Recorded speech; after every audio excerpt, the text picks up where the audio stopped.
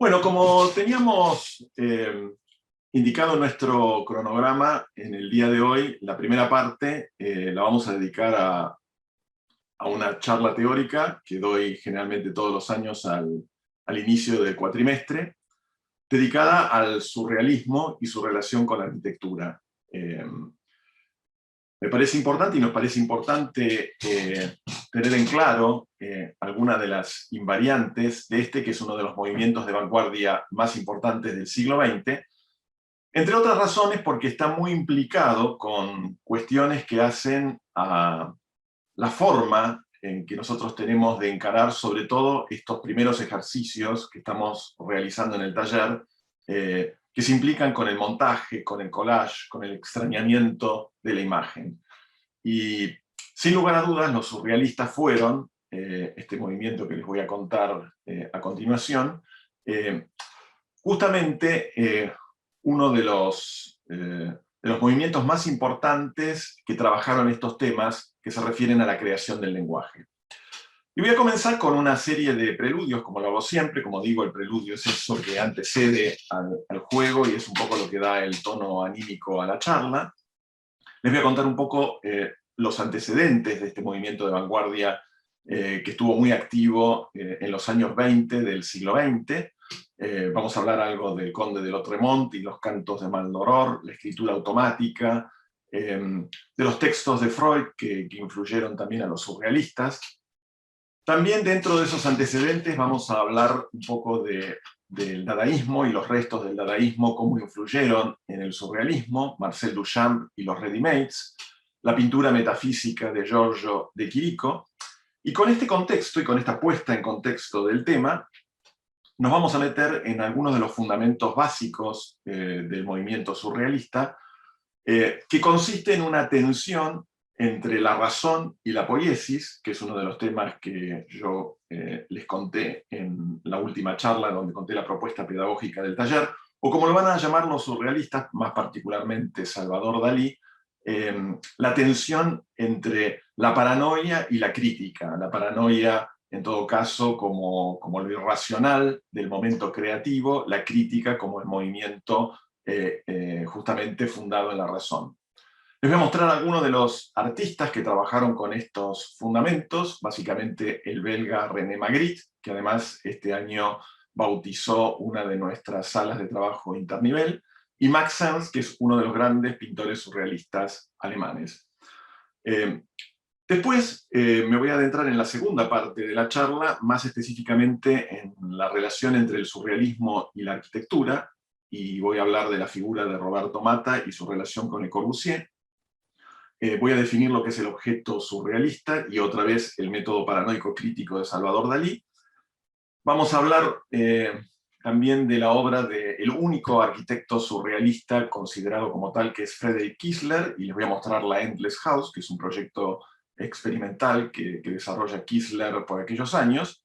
Y finalmente vamos a terminar la clase mostrándoles un par de obras que me parecen muy significativas por este tipo de procesos que desarrolla Enric Miralles. Una es una oficina de autos, un prototipo de oficina de autos que desarrolla en España, y el Parque de los Colores en Barcelona. Contado todo esto, va a haber un pequeño bonus track al final de la clase en donde les quiero mostrar un ejercicio de años anteriores del taller en relación al ejercicio internivel que estamos desarrollando. Así que este es un poco el menú de la propuesta.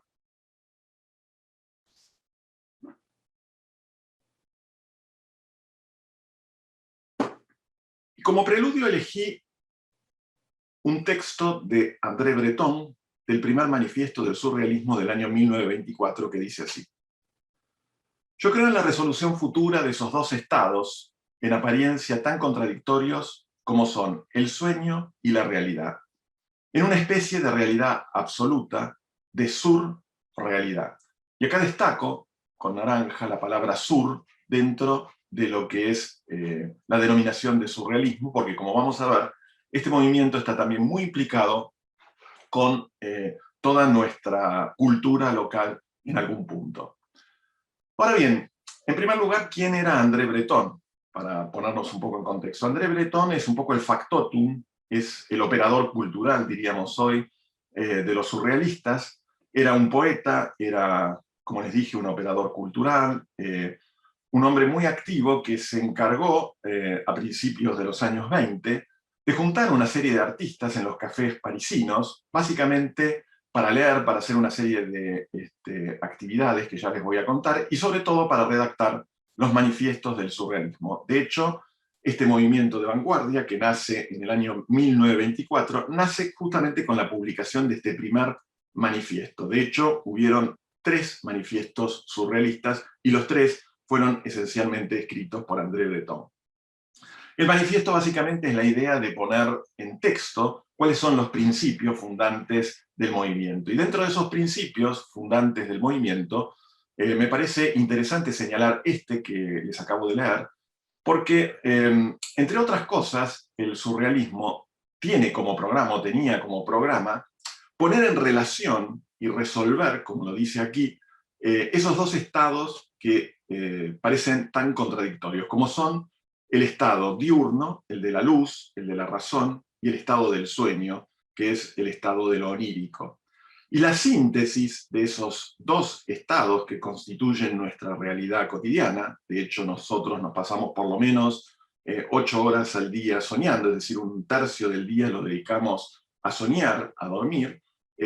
Esa realidad nocturna, junto con la realidad diurna, era la aspiración, justamente la resolución de esa situación que se da en la vida cotidiana de los hombres, en un único estado que los surrealistas justamente denominaron surrealidad. Y acá tenemos, para dar un ejemplo de lo que se trata el surrealismo, una pintura surrealista de Roberto Matta. Roberto Matta, del cual voy a hablar hoy, sobre todo al final de la charla, es un artista chileno, era un arquitecto, se recibe de arquitecto muy joven en Santiago de Chile, y apenas recibido con su portfolio y con su trabajo final de carrera, se dirige a París y va a trabajar directamente al estudio de Le Corbusier. Hasta ese entonces, él no sabía que era un surrealista, y sobre todo, antes de ser pintor era un gran dibujante y hacía unos dibujos bastante extraños, que tenían que ver con esta poética que estamos viendo en este cuadro, que es un cuadro muy importante que está en Chicago, que se llama La Tierra es un hombre. Y de alguna forma esto nos introduce en el problema del surrealismo, porque este cuadro, lejos de ser una representación perspectívica tradicional, lo que nos está mostrando directamente es ese aspecto inconsciente, ese aspecto onírico, ese aspecto que hace a los sueños del propio Roberto Matta. De hecho, este es un cuadro que, como les dije, se llama La Tierra es un hombre, y está construido a partir de una serie de técnicas que van a desarrollar los surrealistas, como es el automatismo psíquico, y que ahora en un ratito les voy a explicar de qué trata eso.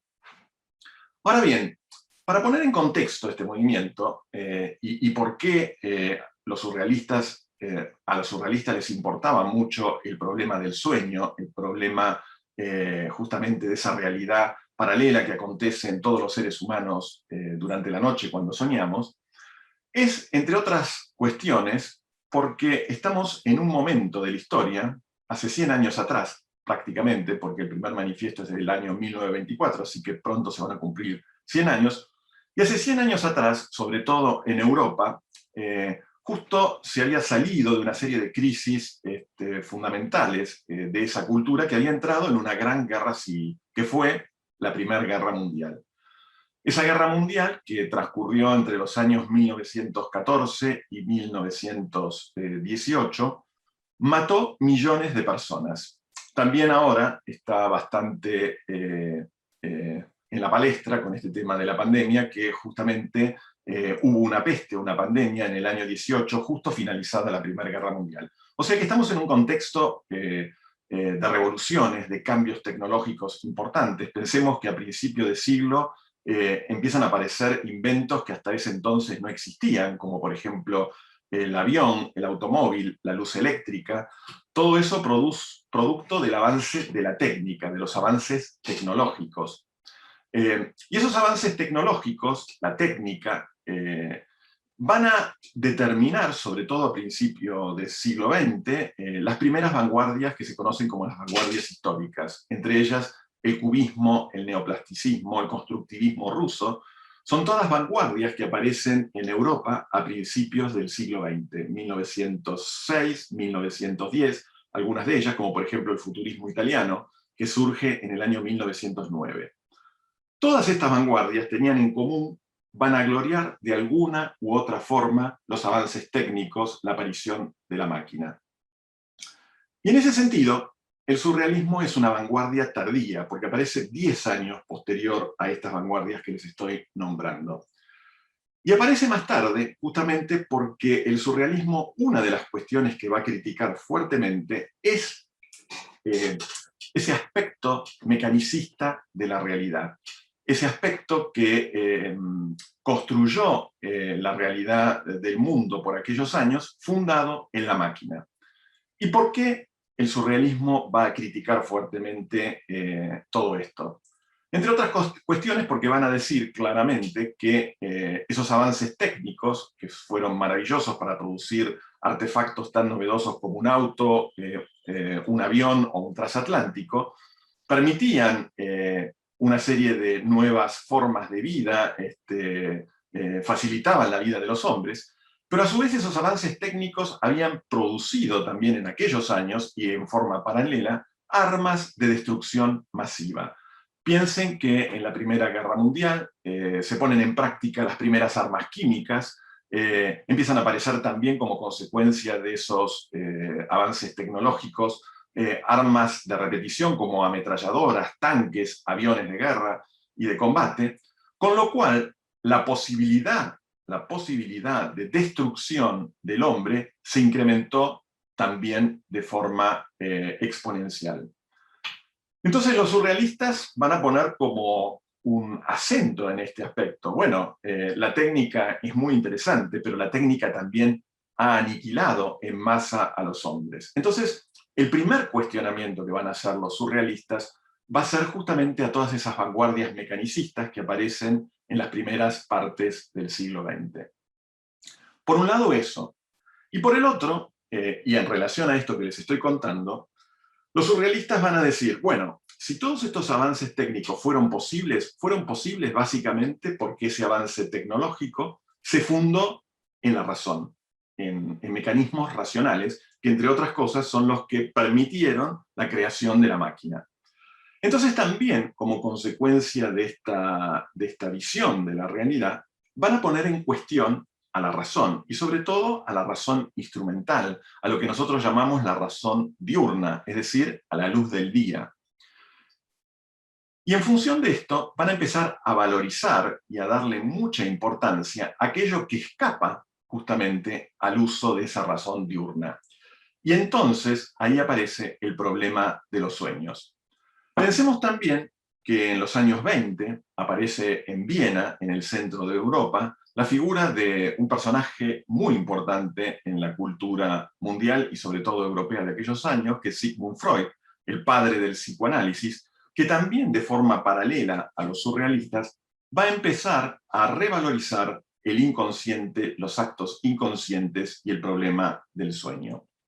O sea que este es un poco el cóctel y el contexto por el cual los surrealistas aparecen y empiezan a hacer, como por ejemplo Mata, pinturas como las que les estoy mostrando en esta pantalla.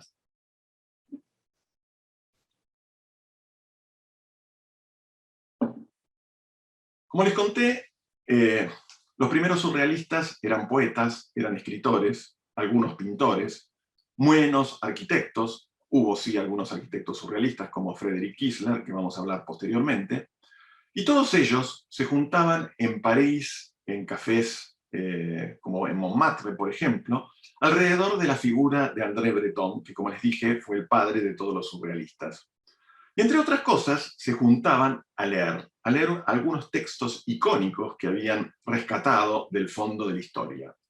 Y entre los textos icónicos del surrealismo, entre los cuales Breton había rescatado del pasado sobre todo de la cultura francesa, está este libro, que son los cantos de Maldoror, cuyo autor es el conde de Lautréamont.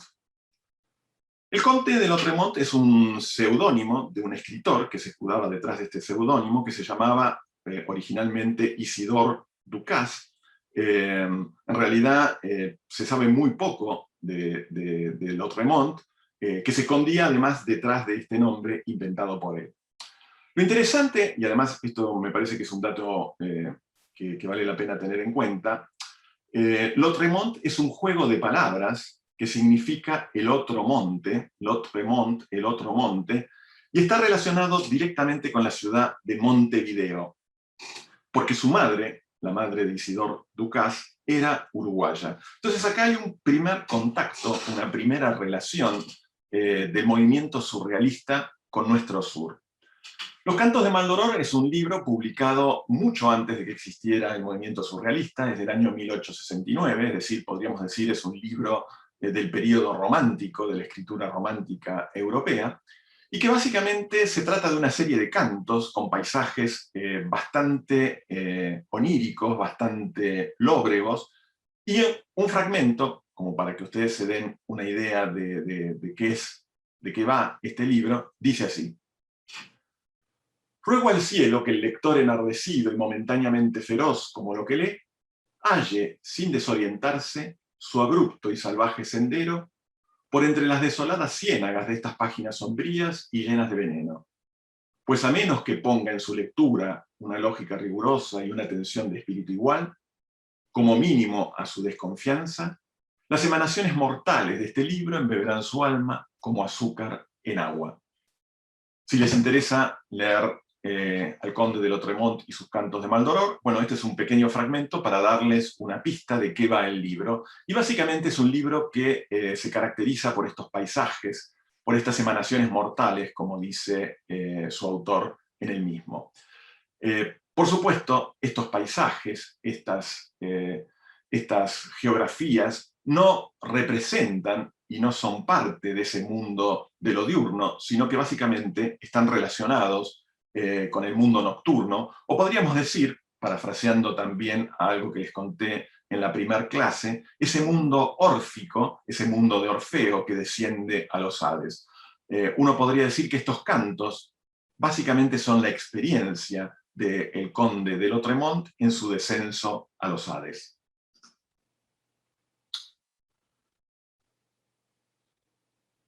¿Y cómo se construían estos textos y el por qué los surrealistas leían este tipo de literatura?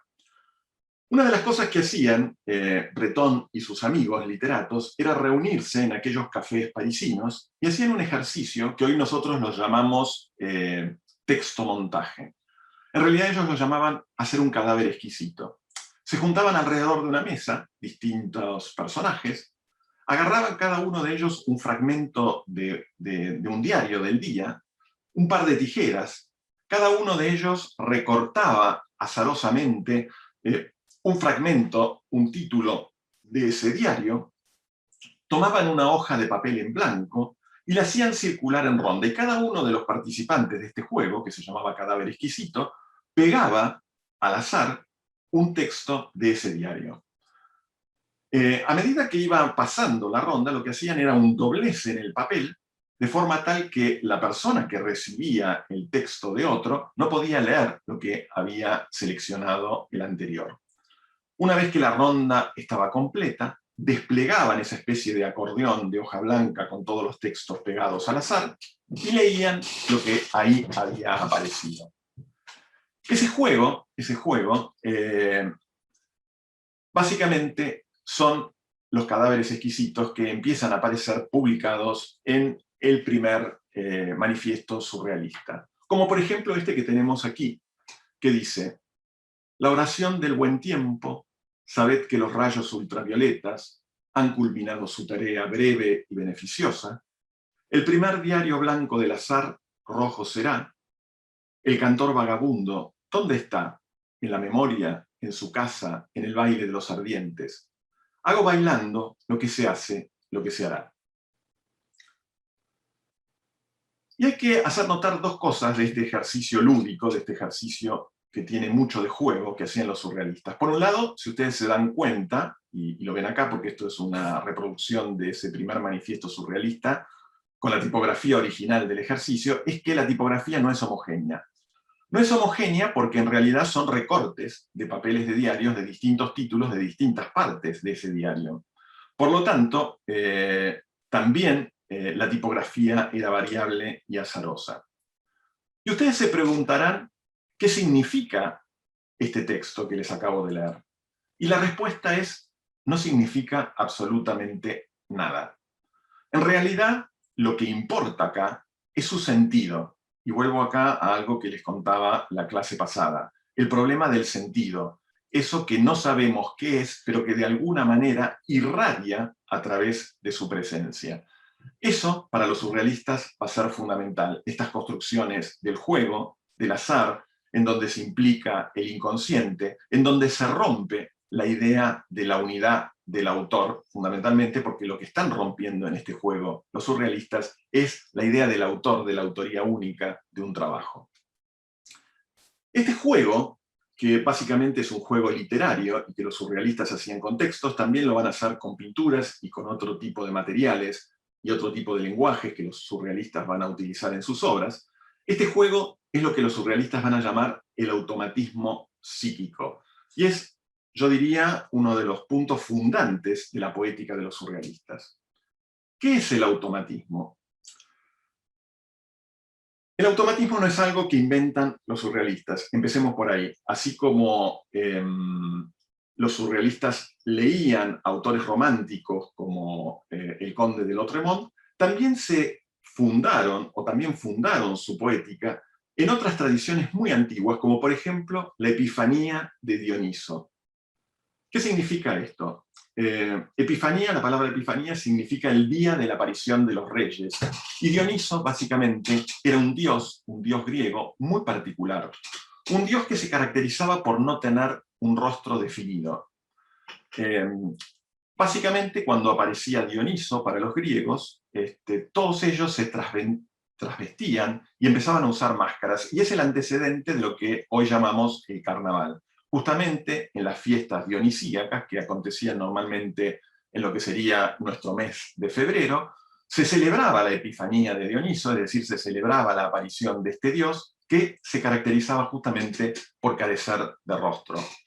Y se lo celebraba a través de una danza, de un baile. Y ese baile los griegos lo llamaban el automatón.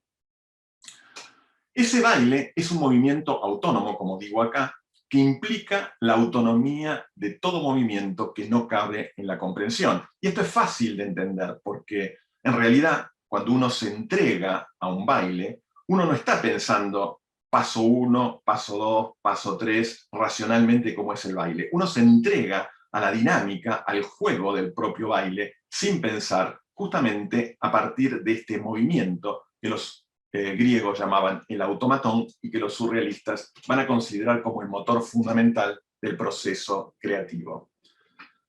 Como les digo, este movimiento, este automatón, no cabe en la comprensión racional del problema. Todo lo que aparece y desaparece, es decir, todo lo que es del orden de lo poético, ya sabemos que el sentido básicamente es del orden de lo poético, aparece y desaparece y se funda en este movimiento que es el automatón, o como también se lo va a llamar, la danza de las vacantes. Paralelamente a esto, en el año 1919, Freud escribe un texto, que lo vamos a compartir como parte de la bibliografía del taller, en estos días se los vamos a mandar, que se llama Los Siniestros. Les vamos a mandar un fragmento para que ustedes lean.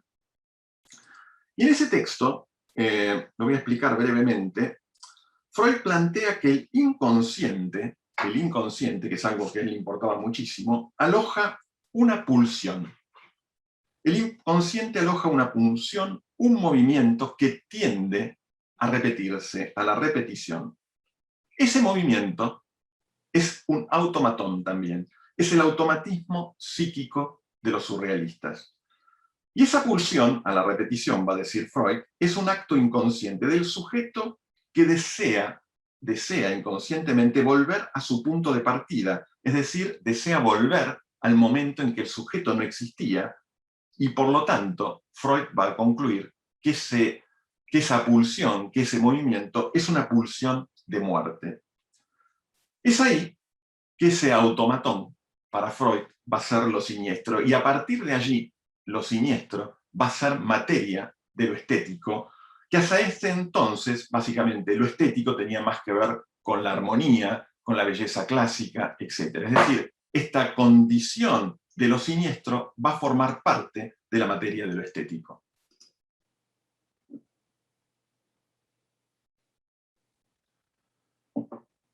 Como estamos viendo hasta ahora, los surrealistas apoyan sus ideas en las ideas de otros que los habían antecedido, entre ellos Freud, como acabo de decir, el conde de Lautréamont, y otros artistas y escritores románticos, y también algunos artistas plásticos, y fundamentalmente el grupo de los dadaístas. El dadaísmo es un movimiento muy importante que también tuvo otro gran operador cultural, que fue Tristan Tzara, al cual Adolf Loos, del cual estamos viendo ahí una imagen, le hizo la casa. Adolf Loos es un gran arquitecto racionalista vienés, contemporáneo a Freud, que diseña la casa Tristan Tzara, que era como el André Breton para los dadaístas. Y Tristan Tzara dice, entre otras cosas, cuando habla del dadaísmo, lo siguiente: hay que abolir la memoria dada, hay que abolir la arqueología dada, abolición de la arquitectura dada, libertad dada, dada, dada. Hoy podríamos decir que los dadaístas son un antecedente de lo que fue el movimiento punk en Inglaterra en los años 70, por ejemplo, porque de alguna forma fundaban su poética, su estética, en una libertad absoluta, en una especie de anarquismo absoluto, y en una abolición absoluta de todo lo que tenía que ver con la memoria, con la arqueología y con la arquitectura. ¿En pos de qué? De una nueva libertad. Y es por ello que el nombre Dada, básicamente, es un nombre inventado, es casi un sonido gutural, como el que puede decir un niño que todavía no puede formar una palabra cuando dice dada, dada, dada. Es decir, en realidad el dada no significa nada, es básicamente la presencia de un sentido a partir de un sonido. Y el personaje más importante, el artista más importante del grupo de los dadaístas, es este señor que tiene sus manos tocándose el rostro, que es Marcel Duchamp. Es tal vez, junto con Picasso, el artista más importante del siglo XX. Y Marcel Duchamp inventa un concepto que a nosotros nos parece muy importante, que es el concepto del ready-made. Y lo voy a explicar rápidamente. ¿Qué es un ready-made para Marcel Duchamp? En realidad la palabra ya dice bastante. Ready-made es algo que ya está hecho, el objeto ya está realizado, la obra de arte ya está ahí. Básicamente, dice Duchamp, la intervención del artista es meramente intelectual, inaprehensible en términos materiales. Y la elección de los ready-mades está basada en la indiferencia visual, al mismo tiempo que en la ausencia total del buen o mal gusto. Y esto que define el ready-made es muy importante para nosotros. ¿Por qué? Porque lo primero que nos está diciendo Duchamp al definir este concepto es que el objeto ya está hecho, el objeto ya está dado. En todo caso, la intervención del artista es una intervención intelectual sobre algo que no es una hoja en blanco, como decimos nosotros. Y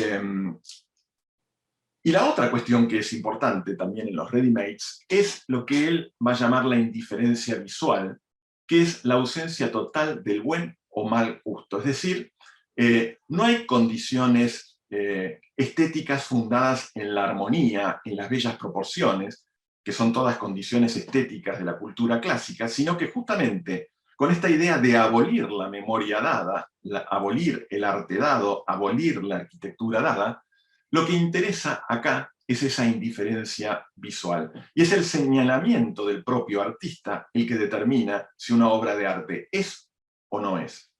Y les voy a dar algunos ejemplos de ready-mades fundamentales en la historia del dadaísmo y que son de la autoría de Marcel Duchamp. El primero es el que ven en vuestras pantallas, en la imagen superior hacia la izquierda. Como ustedes ven, es un simple mingitorio de un baño. Pero con la particularidad de que ese mingitorio está girado 90 grados, es decir, no está puesto en la posición que normalmente un mingitorio está en un baño, y además está firmado. Dice R. Muth 1917. El autor es Duchamp y la firma es apócrifa, es decir, no dice Duchamp, dice R. Muth, que es un artista inventado por Duchamp. Y en realidad, la historia de este ready-made muy famoso se completa con una anécdota. Resulta que a Duchamp lo invitan a ser jurado en un concurso de arte, en una galería de arte, y él mismo presenta de incógnito, es decir, sin revelar su identidad, este mingitorio firmado por él a la galería y al concurso. Lo más interesante de toda la anécdota, y ahí habla también un poco del juego con la ironía, que era propio de los dadaístas y de los surrealistas, es que él rechaza su propia obra. Otro muy famoso ready-made de Duchamp es el que aparece en la imagen de vuestras pantallas, abajo en el centro. Es una rueda de bicicleta, como hemos visto también en el caso de Picasso con su cabeza de toro, en este caso es la rueda de una bicicleta desarmada, puesta sobre un banquillo común y silvestre encontrado por ahí. La conjunción o la relación inverosímil de estos dos elementos lo que hacen es potenciar la inutilidad de cada uno. Y acá hay un dato importante, un principio fundamental de los ready-mades es su inutilidad. Es decir, si yo pongo una rueda de bicicleta sobre una banqueta con esa posición, la rueda de bicicleta deja de ser una rueda de bicicleta y la banqueta deja de ser una banqueta porque no me puedo sentar allí. Es un poco como la anécdota que les contaba el otro día de los picaportes de las puertas con los cuales trabajaba Charles Moore, y que cuenta esto en su texto La Escala. Es decir, un picaporte de una puerta puesto a la altura del dintel de la puerta deja de ser un picaporte. Este trabajo de las relaciones entre los elementos, justamente generando la expresión de su propia inutilidad, es un aspecto fundamental del ready-made.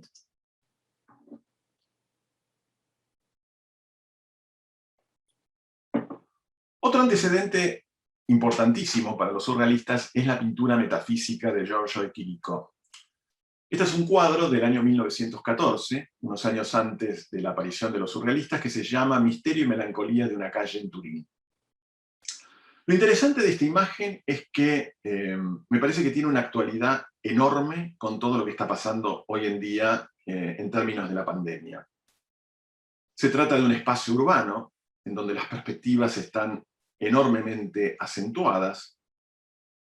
Es indeterminado el tiempo, no se sabe si es el crepúsculo o el amanecer, y aparecen unas sombras amenazantes de algunos personajes que no aparecen en la escena directamente.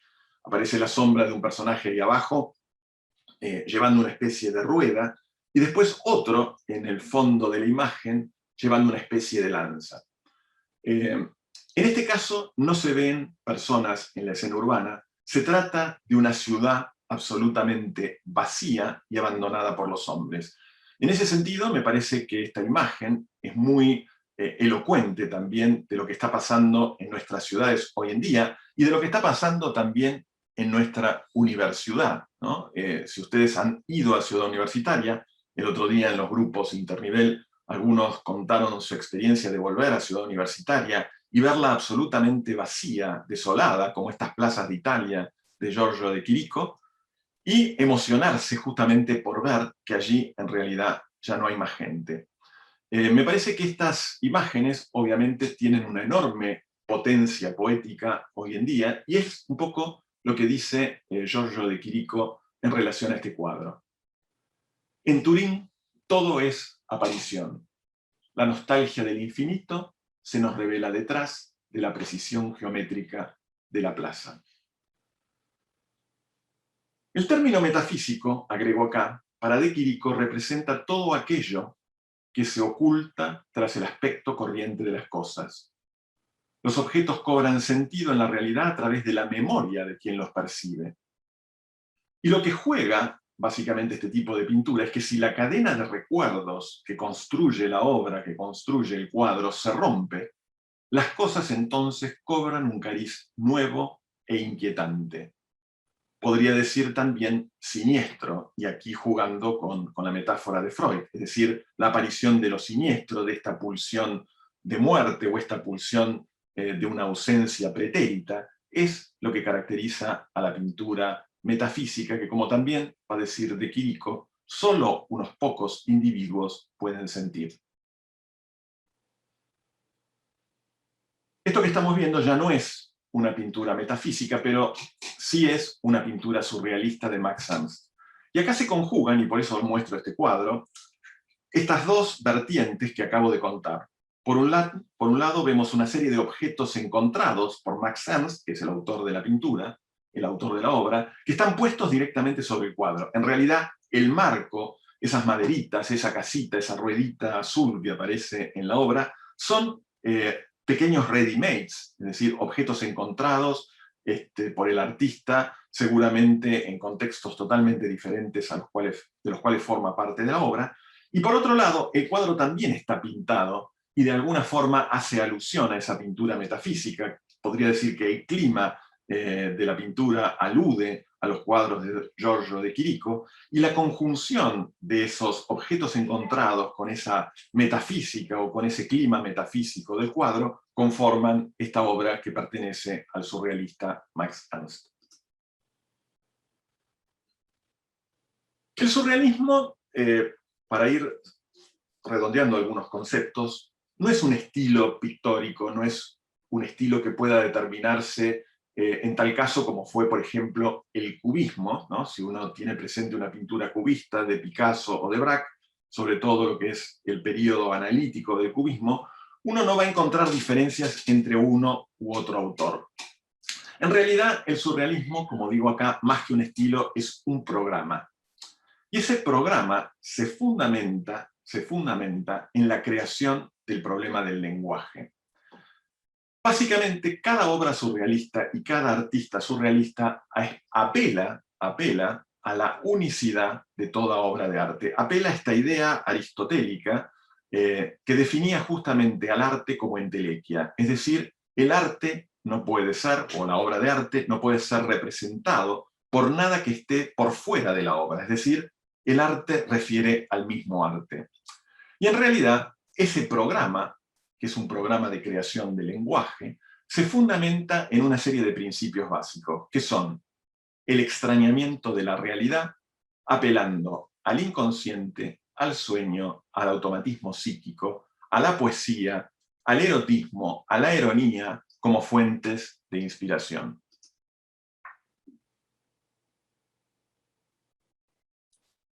Por supuesto, todo esto que acabo de decir pone en cuestión, como lo dije al principio, el principio de la razón instrumental. El principio de esta imagen, que también mostré el otro día en la clase, de este noble salvaje que vive en el medio de la nada, en su burbuja, conectado a una red que lo abarca todo.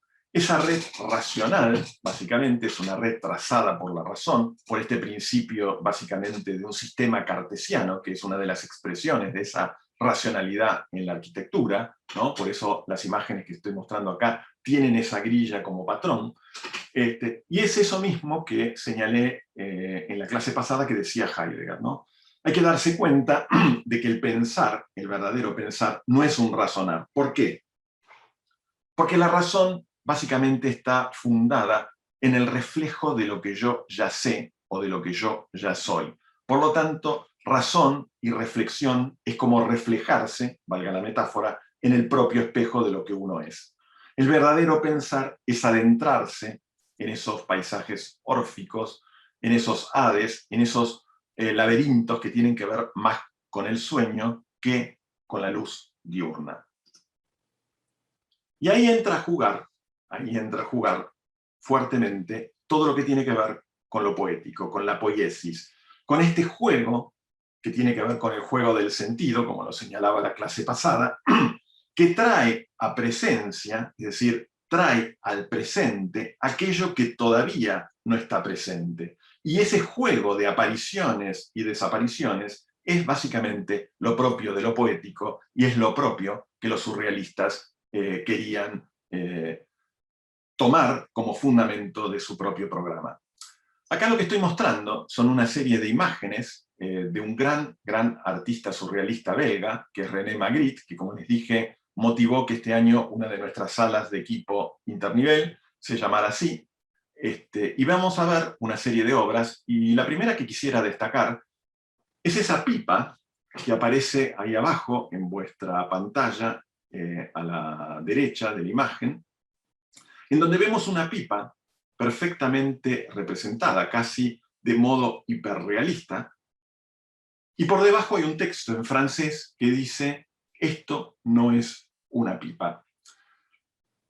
Evidentemente el cuadro, la pintura, aloja una enorme contradicción, pero más allá de la contradicción, es casi un manifiesto en contra de la idea de la representación, porque básicamente Magritte nos está diciendo la verdad.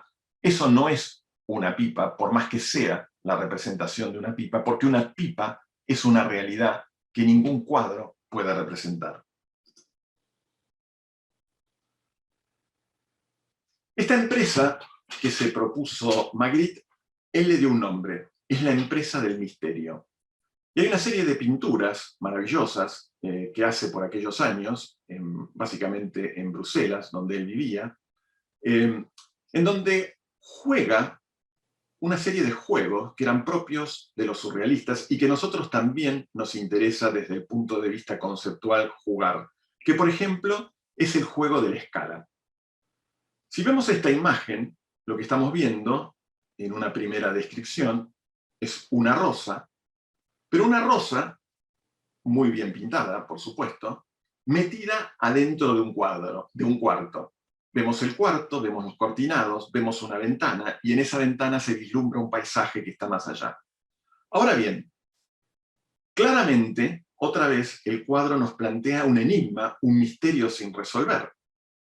¿La rosa es una rosa? ¿El cuarto es un cuarto?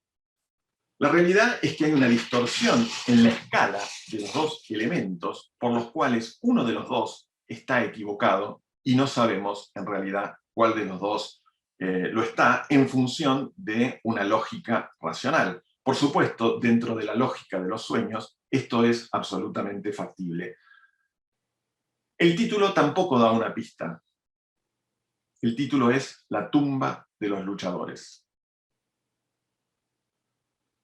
Este es otro cuadro de Magritte, que se llama El imperio de las luces. Y acá vemos otra vez el juego de estas realidades que no tienen una síntesis posible.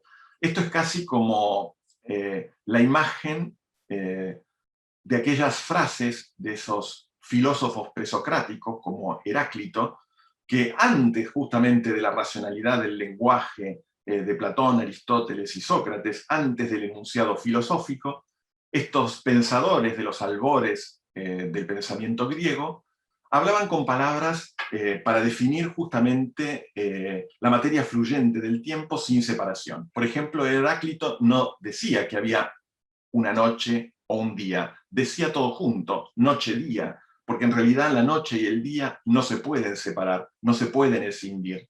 Bueno, de alguna forma, esa noche-día todo junto es lo que nos muestra este cuadro. En la parte superior claramente es de día, en la parte de abajo estamos hablando de la noche. O estas fusiones inverosímiles, ¿no? Un pez con el torso de un cuerpo desnudo de una mujer frente a una playa. Y el título, La invención colectiva. Si el surrealismo es un programa de creación del lenguaje y es poiesis, entonces la técnica, va a ser fundamental. Y de hecho, Max Ernst, que es un surrealista alemán, va a ser uno de los más activos en declarar y poner sobre el tapete las técnicas que él utilizaba para la creación de sus cuadros, que básicamente son tres los aspectos técnicos que él desarrolla en sus obras: el frottage, el collage y el dripping. De hecho, el collage es una de las técnicas que nosotros utilizamos en el taller del modo en que lo hacían los surrealistas, y es por eso que me voy a detener un poco allí.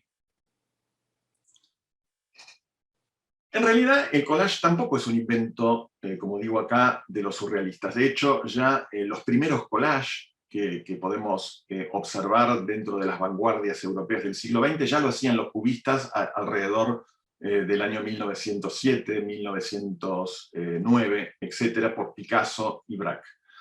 Pero básicamente la forma de utilización del collage por los surrealistas es totalmente distinta a lo que hacían los cubistas. En ese sentido, para los cubistas, el collage básicamente era poner la realidad sobre la tela. Es decir, si pintaban una naturaleza muerta, colocaban directamente un paño de tela, un periódico, en el cuadro, no para representar una idea externa a él, sino para decir, esto es un pedazo de tela, esto es un pedazo de diario puesto en el cuadro. En realidad, en el caso de los surrealistas, juegan no con la idea de crear una realidad dentro de la tela, sino con la idea de la asociación de elementos disímiles. Y esto básicamente se funda en una de las definiciones que para los surrealistas es clave, y que da el conde de Lautréamont en relación a la belleza. Así como dije al principio que para los surrealistas, a partir de Freud, lo siniestro es materia de lo estético, también justamente el encuentro fortuito de materiales diversos sobre una superficie limpia será también materia de lo estético. De hecho, hay una famosísima definición de lo que es lo bello por el conde de Lautréamont que dice así: la belleza es el encuentro fortuito de una máquina de coser y un paraguas en la mesa de disección de un quirófano de un cirujano. Con esto que está diciendo Lautréamont y que dicen los surrealistas, que la estructura de la realidad es absurda y básicamente se compone de un modo collagista. Y Max Ernst va a operar en algunas de sus obras de esta manera. Max Ernst va a ser un prolífico autor de collage, de hecho hay muchos de sus catálogos dedicados a estas obras, y acá vemos cómo operaba él. En general, él toma un grabados sin mayores pretensiones artísticas que circulaban por aquellos años en Alemania, muchos de ellos son del siglo XIX. El original es el que vemos a la izquierda de vuestras pantallas, y el intervenido por el artista, de un modo, si se quiere, absurdo, por asociación de elementos disímiles, como digo acá, es lo que aparece en la imagen derecha. Si ustedes observan con detenimiento, la imagen de la izquierda es una imagen absolutamente verosímil. La imagen de la derecha es una imagen, si podríamos denominarla de alguna manera, inquietante, siniestra o absurda. Ahora bien, lo interesante de este proceder es que la intervención sea tal que tenga ese grado de sutileza que justamente no rompa el encantamiento del original. Acá vemos otro ejemplo. La imagen de la izquierda es la imagen del grabado original, la imagen de la derecha es la intervención del artista. Para nosotros la cualidad de esto no está en la explicación representativa de lo que es esto. Es decir, no podemos entrar a esta obra diciendo esto es tal o cual cosa, quiere representar tal o cual idea, porque no es ese el sentido de la obra. El sentido de la obra es, podríamos decir, su adecuación a que estos elementos disímiles puedan convivir sobre la superficie de lo dado. Es como lo que define Lautréamont cuando define a lo bello. ¿Pueden convivir un paraguas sobre la mesa de disección de un cirujano? Bueno, básicamente esa estructura absurda de la realidad, puesta de un modo sutil sobre una superficie limpia, en este caso una superficie dada por un grabado, es el juego al cual se entregan los collages de Max Ernst. ¿Y qué se pone en juego tanto en los cadáveres exquisitos como en estos collages que les acabo de mostrar? Se pone en juego algo que Michel Foucault, otro autor que nos interesa que lean alguno de sus textos de esto, de hecho les vamos a mandar el fin de semana un texto de Foucault que se llama justamente así, que es un autor. en donde habla de esta idea, la idea de la desaparición del autor.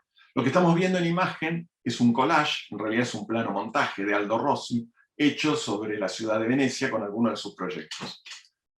Pero básicamente lo que ponen en cuestión los surrealistas es la idea propia de la unicidad de la obra de arte y la unicidad del autor. Es decir, una obra no tiene unívocamente un autor. Uno podría preguntarse, en estos collages de Max Ernst, ¿el autor es solamente Max Ernst? O incluso como se daban en muchas de estas obras, en donde la autoría es colectiva. Por ahí muchos de estos collages no solamente parten de la base de una obra hecha por otro en otro tiempo y que ya está muerto, sino que muchas veces en esas intervenciones, en esos juegos en donde entra el automatismo psíquico de los artistas que celebraban este tipo de encuentros dionisíacos, entran a jugar varios autores. Entonces desaparece la figura del autor de la obra.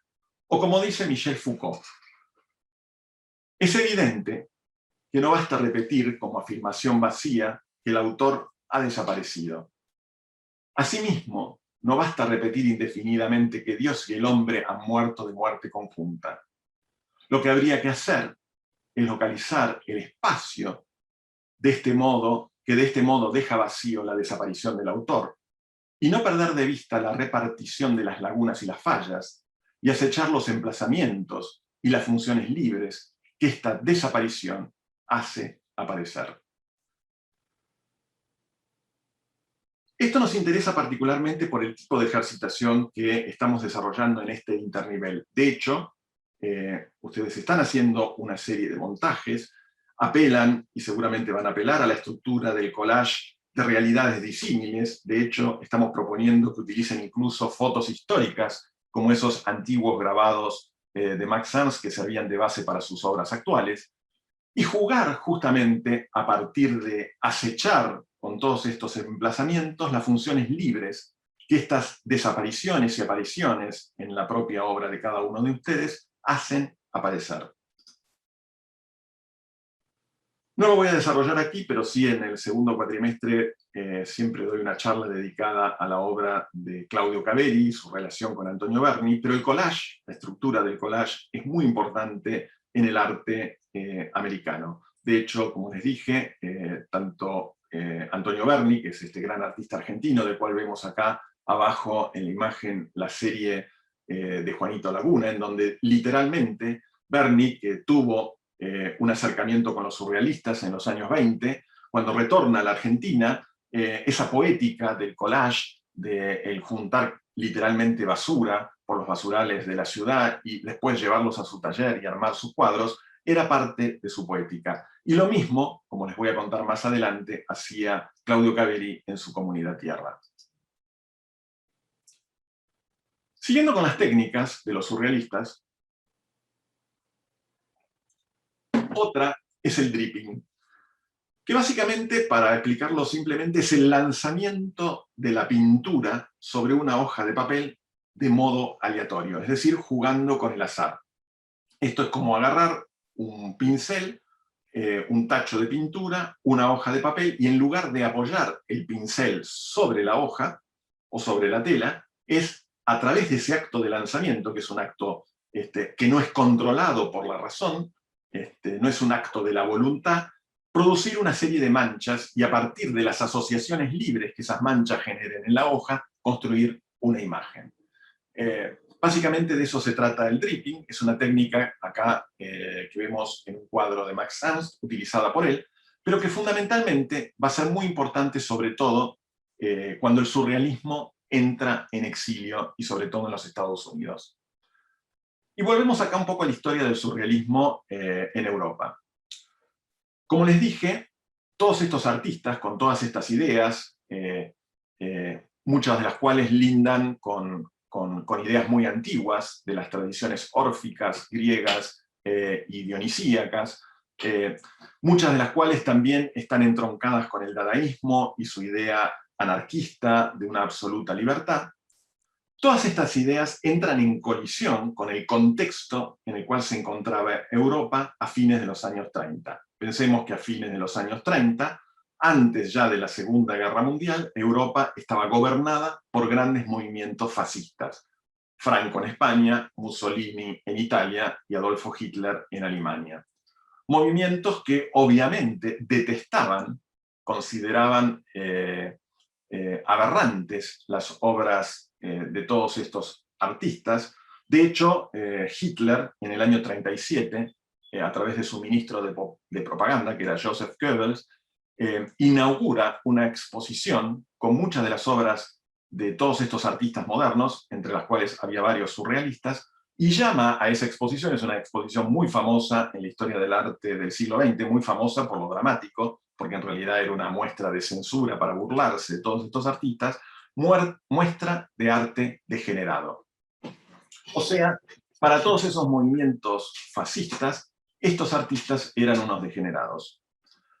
Y es por ello que la última reunión de los surrealistas como grupo se da en una exposición internacional desarrollada en París. Este es el folleto de esa exposición, en los meses de enero y febrero del año 38, unos años antes, un año antes básicamente, de declarada la Segunda Guerra Mundial.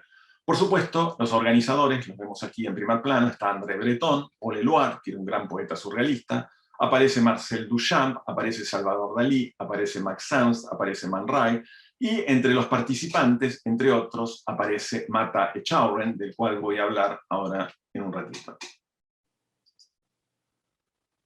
Todos ellos, si no se iban de Europa, literalmente iban a ser masacrados o iban a ser confinados a campos de concentración. Y es por ello que la mayor parte de los artistas surrealistas se van al exilio. Y casi todos ellos, en una primera instancia, recalan en la ciudad de Nueva York.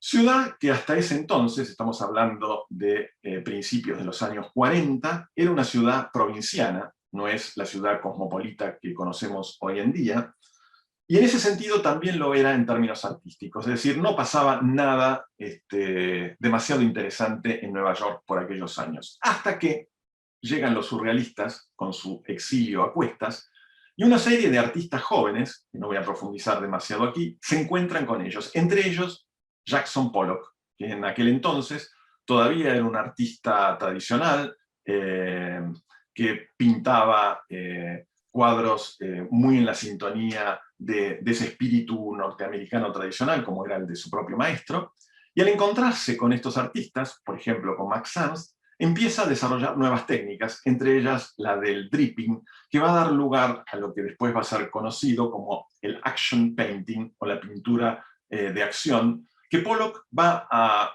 utilizar en su propia obra, danzando alrededor de la tela y cambiando la lógica del cuadro. En lugar de estar en un caballete, la tela está en el piso, el artista, como en la danza de las bacantes, rodeando la tela y danzando alrededor en su cabaña. Más que un pincel, tiene un cacho de madera que mete en un tacho de pintura, generalmente esmaltes sintéticos, y que va lanzando hacia el aire. Esta forma de trabajo es una forma claramente expresada o fundada en el automatismo psíquico de los surrealistas, y va a hacer que Jackson Pollock produzca las obras más importantes de lo que se va a conocer después como el expresionismo abstracto, entre los cuales van a haber otros referentes importantes como Willem de Kooning o Robert Motherwell. Pero volvamos al surrealismo. ¿Qué es el objeto surrealista?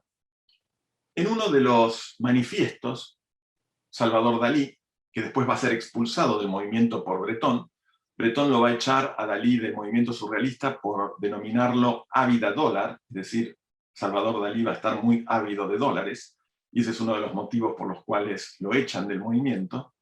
Pero a pesar de ello, Dalí es un gran artista surrealista, y que va a participar, como les dije, escribiendo algunos de los fragmentos de algunos de los manifiestos. Y me interesa señalar aquí algo que Dalí define muy preclaramente cuando habla del objeto surrealista. Y dice así: el objeto surrealista no es un objeto en el sentido tradicional utilitario, pues el objeto surrealista se basa en el mínimo funcionamiento mecánico y en los fantasmas y representaciones provocados por actos inconscientes. Y esto me parece que es todo un programa que él lo desarrolla cuando habla del método paranoico crítico. ¿Qué es el método paranoico crítico? Dalí va a decir que el proceso creativo es una simbiosis de dos instancias que entran a jugar en la psique de todo creador, de todo artista.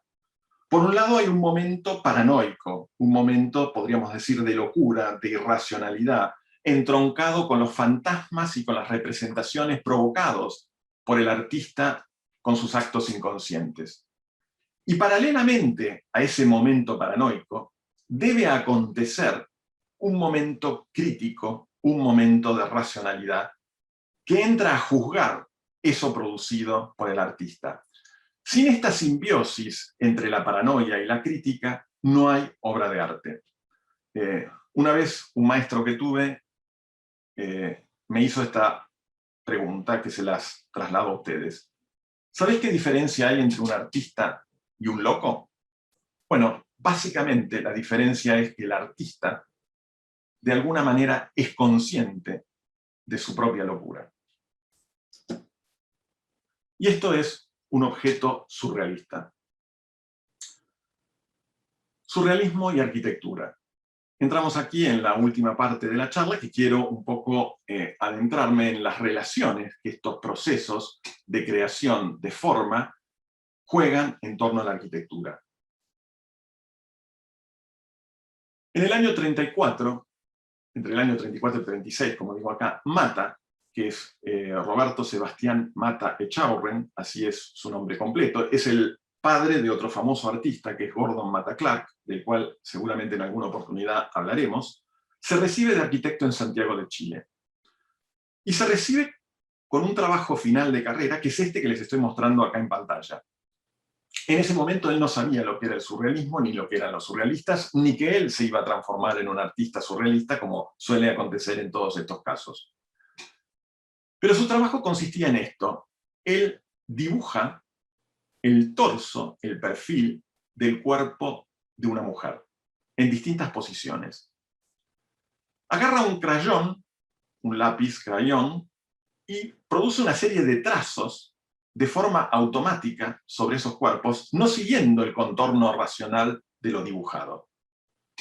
Luego, en el proceso, coloca un calco encima, agarra otro crayón y transfiere una serie de fantasmas aparecidos en esa hoja cuando frota el crayón, justamente con la técnica del frottage, que es una de las técnicas que usan los surrealistas, al producir, digamos, el contacto de una superficie, como por ejemplo con una piedra o una madera. Es un juego que los niños hacen habitualmente, ¿no? Agarrar una hoja en blanco, un pedazo de grafito y frotar ese grafito sobre una hoja de papel en blanco con una madera por debajo, entonces empiezan a aparecer una serie de figuras aleatorias. Bueno, esto está hecho de esta manera. Y sobre ese calco dibuja, de hecho les estoy mostrando la foto del calco con el dibujo por debajo, sobre esos contornos de cuerpos femeninos, plantas, planimetrías de posibles casas orgánicas. Fíjense que acá, sin él saber que era un surrealista, está jugando con su imaginación, con actos inconscientes, productos de actos automáticos, es decir, aparece este automatón o este automatismo psíquico, y por otro lado, esas asociaciones libres que surgen de la asociación de un cuerpo de una mujer con el contorno de una planimetría que obviamente desde el punto de vista racional no tienen nada que ver. Es más, si ustedes miran estas plantas, van a ver que incluso indica funciones, ¿no? Una es el living, otra es el toilet, otra es la sala de comida, la salle de manger, la cocina, la entrada, posibles caminos de acceso, y con esto, sin justamente querer construir funcionalmente una planimetría, produce una serie de nuevas formas arquitectónicas. Con todo eso, Mata se va al estudio de Le Corbusier en París. Y en ese momento, Le Corbusier, que además dedicaba sus mañanas a pintar y a la tarde trabajaba en su propio estudio como arquitecto, y en esos años, además, Le Corbusier estaba con muy poco trabajo, pero estaba haciendo los planos y los dibujos para sus obras completas hasta esos años, se encuentra en el estudio de Le Corbusier con otro gran arquitecto, que también estaba exiliado por aquellos años en París, que era Antonio Bonnet. Antonio Bonnet, que después va a recalar en el Río de la Plata, es el autor de los famosos Atelier en la calle Paraguay y Suipacha, una obra muy referenciada por nosotros en el taller.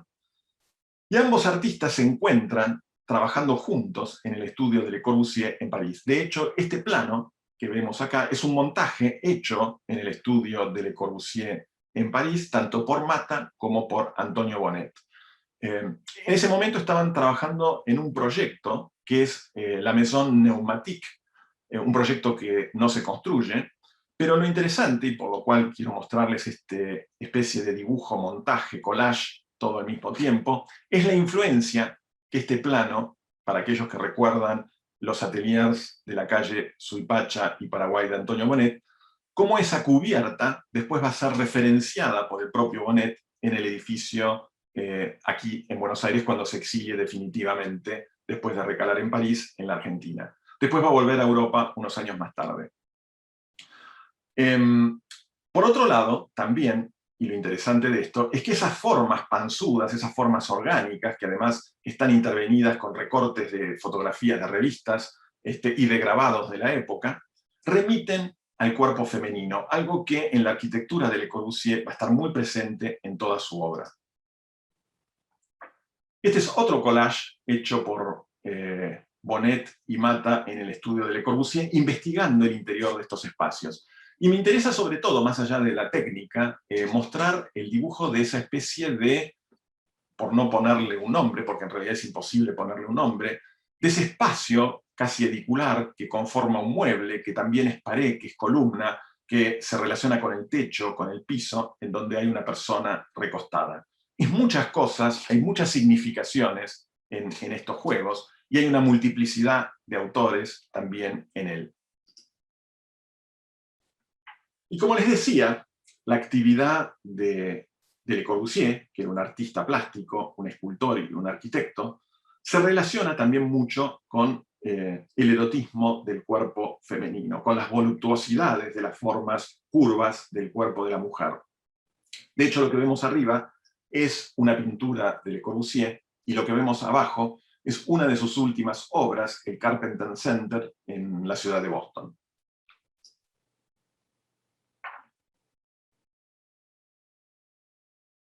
Ahora bien, con esto no me malinterpreten. Le Corbusier no era un artista ni era un arquitecto surrealista. Sí conocía, sí sabía de todas estas vanguardias y estaba muy al tanto de lo que sucedía en su medio, pero no podemos decir que era un arquitecto surrealista. Si hubo verdaderamente un arquitecto surrealista, es este señor que aparece abajo en la fotografía, parodiando a otro gran arquitecto racionalista que está arriba a la izquierda de vuestras pantallas, que es Mies van der Rohe. Mies van der Rohe es, podríamos decir, el padre del racionalismo y del idealismo de la modernidad del siglo XX, con sus grillas racionales, y el que está abajo es casi una burla de Mies, ¿no? Y de hecho lo está parodiando sentado en su silla con su puro, es Friedrich Kiesler, un arquitecto austríaco que se va a exiliar junto con todos los surrealistas en la ciudad de Nueva York. Les recomiendo que investiguen, no es fácil de encontrar la obra de Friedrich Kiesler, pero tiene proyectos muy interesantes, todos ellos lamentablemente en los papeles, pero que desarrolló en aquellos años de exilio en Nueva York. Y en realidad Kiesler sí se definió él mismo como arquitecto surrealista. Y en realidad, así como el sueño es una de las condiciones que los surrealistas trabajan en su poética, el otro tema es la temporalidad, ¿no? Es salir de la objetivación del espacio, como hablaba el otro día en la clase de presentación del curso, y tener justamente la noción de que solamente en el tiempo existe el espacio. Como decía Clarice Lispector, solo en el tiempo hay espacio para mí. Y en ese sentido, Kiesler es un arquitecto que trabaja no solamente con el sueño, sino también con el tiempo. Desarrolla por aquellos años de exilio en Nueva York, esto que ven acá medio a oscuras, porque está en un segundo plano, que es los planos y la maqueta de la Endless House, la casa sin fin. Y les quiero leer brevemente el manifiesto de la Endless House de Kistler, porque me parece sumamente contemporáneo. La Endless House, casa sin fin, se llama así porque todos los lados se unen sin solución de continuidad. Es infinita como el cuerpo humano, no tiene principio ni final. La Endless sin fin es bastante sensual, más parecida al cuerpo femenino, contrastando con la angulosa arquitectura masculina. Todos los extremos se encuentran en la Endless House como lo hacen en la vida misma. Los ritmos de la vida son cíclicos, todos los extremos del vivir se encuentran a lo largo de 24 horas, de una semana, de una vida. Se tocan unos a otros con el beso del tiempo, se dan la mano y permanecen, se despiden, regresan a través de la misma puerta, o de otras. Van y vienen a través de conexiones múltiples, secretas o evidentes, o a través de los caprichos del recuerdo. Los acontecimientos de la vida son tus huéspedes. Tienes que ser el mejor de los anfitriones posibles. De lo contrario, la multitud de acontecimientos se convertirán en fantasmas. Lo hará, sí, puede hacerlo, pero no en la Endless House. En esta, los acontecimientos son la realidad, porque los recibes con los brazos abiertos, y pasan a formar parte de ti, se funden en ti y te ves reforzado en tu autosuficiencia. Eres realmente un hombre acaudalado, rico en acontecimientos sin fin.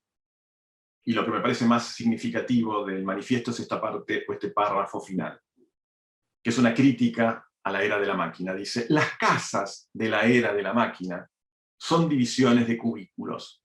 Una caja al lado de otra caja, una caja bajo otra caja, una caja encima de otra caja, hasta que se convierten en los tumores de los rascacielos. La llegada de la Endless House es inevitable en un mundo que está llegando a su fin. Es el último refugio del hombre como tal. Y esta es la maqueta de este último refugio de un mundo que está llegando a su fin. En ese sentido, me parece casi profética la Endless House como manifiesto, como arquitectura, de un arquitecto que se atrevió a criticar en aquellos años a los rascacielos, ¿no? A esta sumatoria de cubículos que como tumores pueblan las ciudades, así lo define Kistler, ¿no? Y se dio cuenta ya en aquellos años que esos edificios producidos por esa racionalidad humana eran inviables, y que ese mundo en algún momento iba a tocar su fin. Y no porque estemos en el fin del mundo, pero claramente estamos en el fin de una época en donde algunas de las profecías de Kistler se están cumpliendo.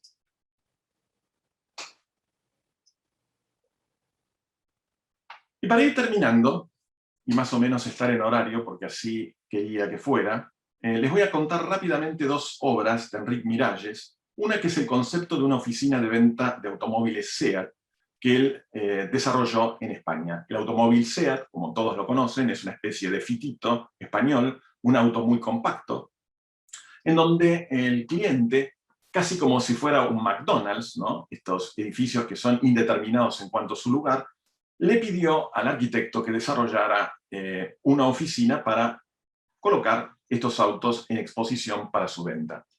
Un programa bastante, si se quiere, sencillo, es decir, ¿qué es una oficina para poner autos? Bueno, es un espacio lo suficientemente grande, con columnas suficientemente distanciadas para colocar autos, y en algún lugar, seguramente en un entrepiso más elevado, ¿no? Con una gran vidriera, poner las oficinas en donde se puedan hacer las transacciones para la venta de estos automóviles.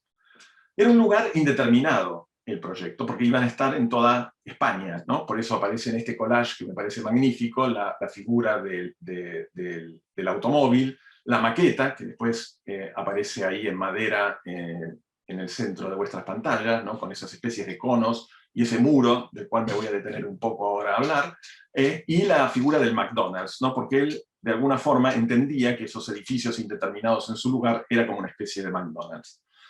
Y como a Miralles le importaba mucho el lugar, y encontraba que esto era un prototipo para un lugar indeterminado, dice, ¿con qué material o con qué materiales puedo empezar a trabajar?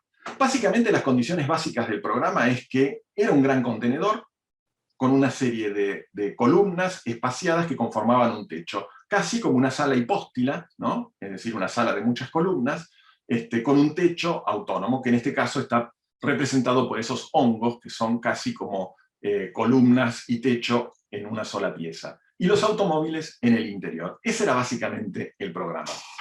Ahora, cuando tiene que construir ese muro, que ahí aparece un primer collage en la imagen abajo a la izquierda, la composición de ese muro es muy interesante porque habla un poco del proceso de extrañamiento de la mirada que tenía Miralles. Él empieza a fotografiar, a sacar fotografías. Miralles le encantaba trabajar con fotografías. Empieza a sacar fotografías de ese auto, de ese coche SEAT, y sacaba fotos del capó del auto y de los reflejos que desde la ciudad se producían en ese capó del auto. Es decir, lo que estamos viendo acá son una serie de recortes de imágenes fotográficas de lo que él veía reflejado en el auto. De alguna manera, ese material, todo deformado, porque el auto es un auto bastante compacto, esférico y demás, cuando se reflejaba la ciudad sobre la cubierta del propio auto, producía estas imágenes lúdicas, casi fantásticas, que aludían a un sueño. Por supuesto, con esta observación de la realidad de la ciudad quedaba extrañada a través del auto. Y lo interesante de este proceso es que ese extrañamiento de la mirada es el material del proyecto que después le va a servir a él para construir el muro perimetral de esta maqueta que estamos viendo en pantalla. Por supuesto, y esta es una referencia propia, la relación de ese material fotográfico que construye el muro con cierta pintura surrealista, este es un cuadro muy famoso de Salvador Dalí, me parecen evidentes. Y en otro texto que les vamos a mandar para que lean, Miralles junto con Eva Prats desarrollan cómo acotar estas formas aparecidas, y lo hacen a través de un ejercicio que lo van a leer en el texto que escriben, que es maravilloso, es cómo acotar un croissant, es decir, cómo acotar una media luna, una forma orgánica, como pueden ser también esas fotografías. Bueno, hay todo un procedimiento que ellos cuentan, como a partir de una media luna, lo primero que hacen es sacarle una fotocopia, después trazan una serie de triángulos en determinados puntos, perpendicularmente esos triángulos sacan una serie de directrices para construir esas diferentes secciones. En general, no son curvas, sino que son figuras rectilíneas que se van tocando tangencialmente. Bueno, ellos cuentan cómo a partir de ese primer registro fotográfico, después se puede hacer un relevamiento en términos de dibujo de esas formas aparecidas sin perder un ápice de ese material. Y es un poco en lo que consiste, o en lo que pretendemos que consiste el ejercicio internivel que están desarrollando. Es decir, la aparición de un material fotográfico, de una serie de montajes, como los que acabo de mostrar, y después su registro lineal en dibujos.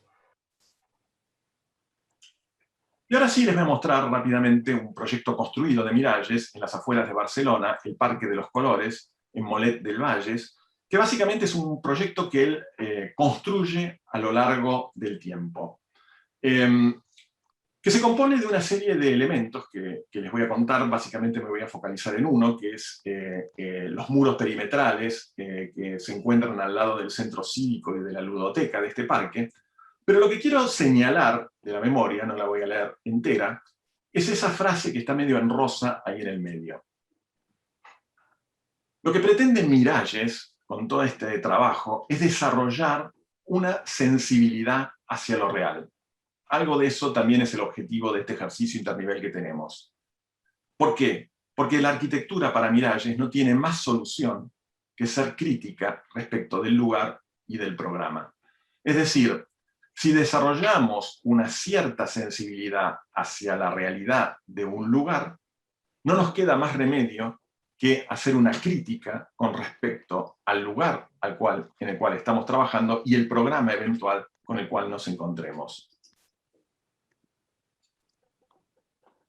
Esta es la planimetría, y en la memoria, ahora sí voy a leer algunos párrafos, me interesa señalar algunas cuestiones que entran dentro del proceso de Miralles. Y dice Miralles: el proyecto lleva en marcha 6 o 7 años, no me acuerdo.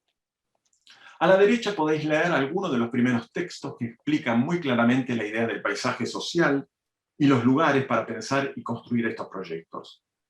Pero lo que la construcción ha ofrecido ahora es un marco conceptual diferente. Es una especie de cualidad onírica, oculta, del proyecto está apareciendo. Para mí parece provenir de un sueño. Se podría decir que es una especie de realidad subconsciente que emerge durante la construcción. Pero yo no lo creo.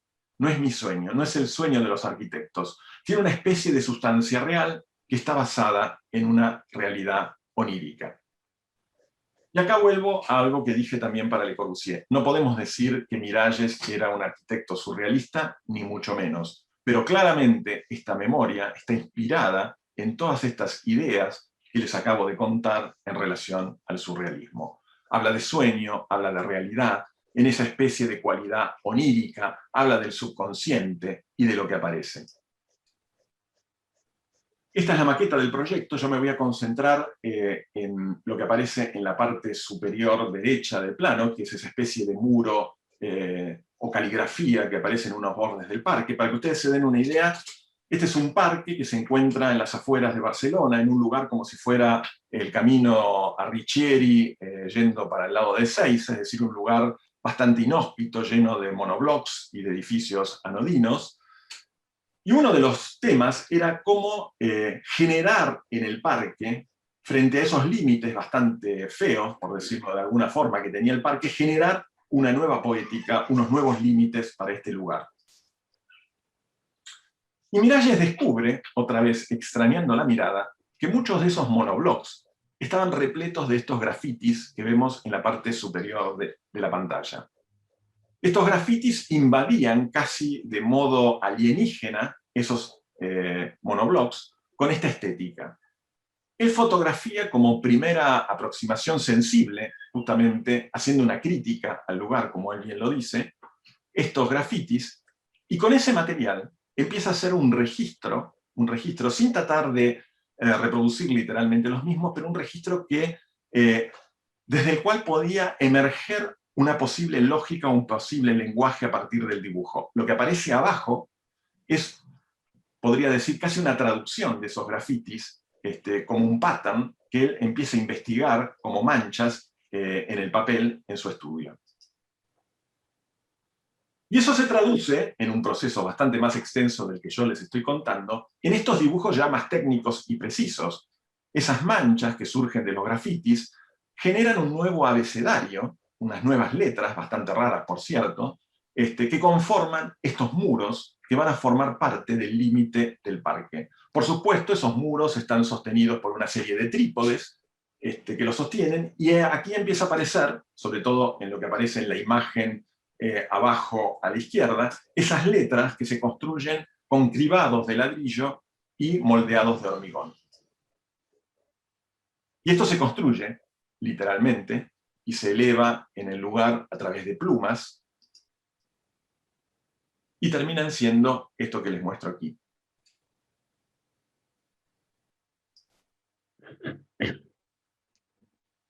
Lo que vemos en un segundo plano, por detrás, son esos monoblocks llenos de los grafitis, y por delante, ese muro de grafitis, que es, de alguna manera, el nuevo lenguaje, casi como un modo crítico de entender sensiblemente esa realidad del lugar, y que se transforma él mismo en el material del proyecto.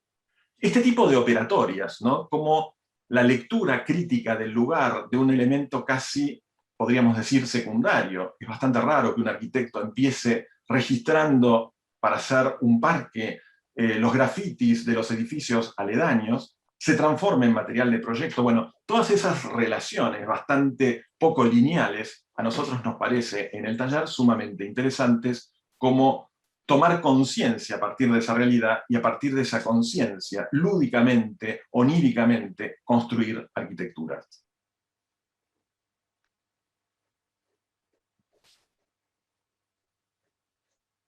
Acá se ve en un primer plano más literalmente esos edificios que forman parte del fondo del parque. Todo esto Miralles lo va a relacionar con un gran artista surrealista que él admiraba mucho, que es Alberto Giacometti. De hecho, hay un texto que es las distintas fases de un cuadro de Giacometti, que es el retrato de James Lord, que también se los vamos a dar para que lo lean, en donde Miralles relaciona su propio proceso de proyecto con el proceso de Giacometti. Y Giacometti, que pinta obsesivamente el retrato de James Lord, que es el retratado aquí, lo que hace es constantemente obsesionarse en un punto del retrato, que es la cara.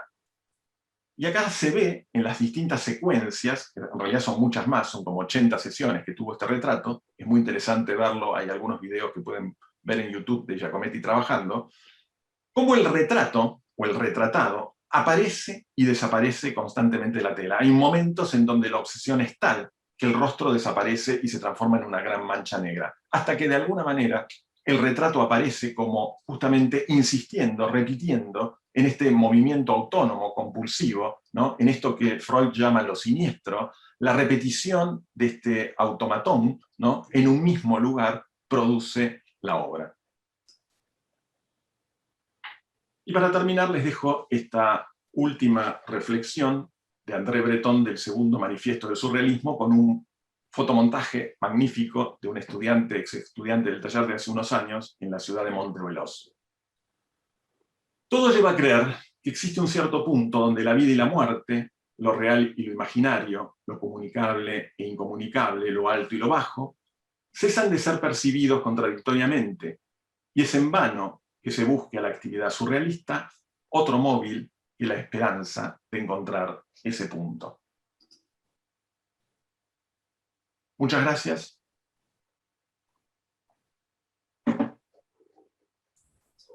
Y ahora, un pequeño bonus track.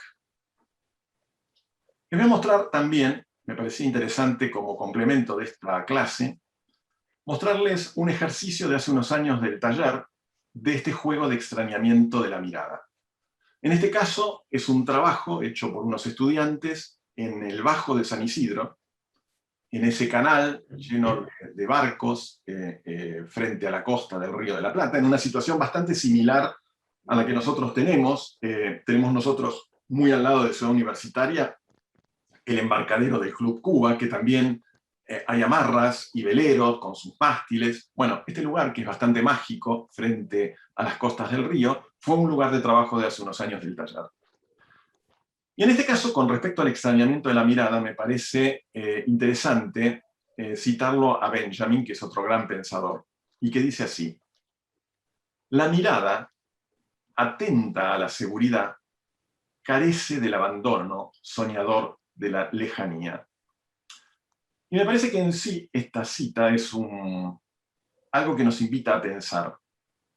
Cuando lo que miramos se ciñe atentamente a la seguridad de lo que nosotros sabemos que estamos mirando, es decir, cuando el mirar se asocia directamente al comprender racional de aquello que estamos mirando, se pierde algo, o carece de algo. ¿Carece de qué? Dice Benjamin. Carece del abandono soñador de la lejanía. Es como que hay una cualidad en la mirada que tenemos que cultivar, que es esta lejanía, es decir, es poder leer, como vemos en estas fotos, que en realidad lo que estamos viendo es un cacho de río, ¿no?, de ese canal, pero claramente el fotógrafo está mirando las sombras proyectadas por los guinches y por los mástiles de los barcos proyectados en ese río marrón. Claramente acá hay una mirada que está abandonando la seguridad de lo que ve, es decir, no está fotografiando los barcos, no está fotografiando los mástiles, sino que está fotografiando la sombra, lo que aparece circunstancialmente en un instante sobre esa superficie. Y eso es potencia creativa. Eso se transformó en una colección o variaciones, como decimos nosotros, que tiene que tener el ejercicio que ustedes están desarrollando de esta foto. Fíjense, esta es una primera aproximación de esa colección de elementos con ese amarillo estridente que aparece en ese lugar, que son los guinches, tienen un nombre que ahora no me acuerdo, náutico, para agarrar a los veleros y sacarlos del agua.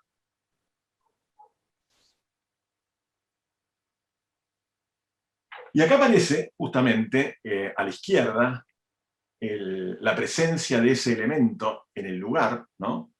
Y cómo la mirada crítica, como pretende Miralles, ¿no? Hay una lectura crítica de esta realidad que está dada ahí y luego intervenida oníricamente, ¿no? Porque la imagen de la derecha ya es un fotomontaje, obviamente intervenido por el proyectista. No es esa la realidad del lugar, aunque podría estar eso en el lugar, por más inverosímil que sea. Esto en un proceso bastante más extenso devino en esta serie de montajes, que es un poco lo que estamos pretendiendo que acontezca en el ejercicio internivel. Como se darán cuenta, estos montajes no dan cuenta de cosas que podemos definir claramente, pero son parte de ese lugar. Si ustedes conocen el sitio, uno podría decir que esto perfectamente puede convivir con este lugar, por más inverosímil que sea. Y empiezan a aparecer estos elementos flotantes en el paisaje, ¿no? Que se empiezan a relacionar con el horizonte del río y con el horizonte del Bajo de San Isidro. Y estos artefactos que surgen como replicaciones de artefactos posibles en el lugar. Hay un lenguaje, un color, una serie de texturas, formas, que empiezan a recombinarse a partir de este juego de extrañamiento de la mirada. Que incluso en un punto que este ejercicio se desarrolló con más tiempo del que vamos a dedicarle este año al internivel, terminaron en un programa, porque estos elementos que aparecen allí en la imagen eran como flotadores o como nuevas barcazas que se podían alquilar para colonizar el río, ¿no? Los autores lo llamaron rent a flot. Que están acá. Este es el rent a flot, ¿no? Que esas estructuras iban a tener una serie de flotadores, otras eran, y podían uno alquilar un fin de semana algo para ir por ese canal sin necesidad de tener un velero, otros eran estructuras para sostener proyecciones de cine al aire libre, un camping y un nuevo balneario con equipamientos en el club municipal. Pero el programa, como dice Miralles, surge de la crítica, es decir, de la separación de lo que uno ve en esa realidad. Es decir, a partir de la realidad del extrañamiento, de la realidad de esa mirada extrañada, surge como crítica el programa. Finalmente, el ejercicio, que era un ejercicio fantástico, se componía de estos montajes maravillosos en el medio de la pampa, en otros lugares, con estos dibujos en donde se empezaron a investigar cómo eran estas estructuras casi sin sentido que aparecían en el lugar. Quería simplemente mostrarles esto y terminamos. Gracias.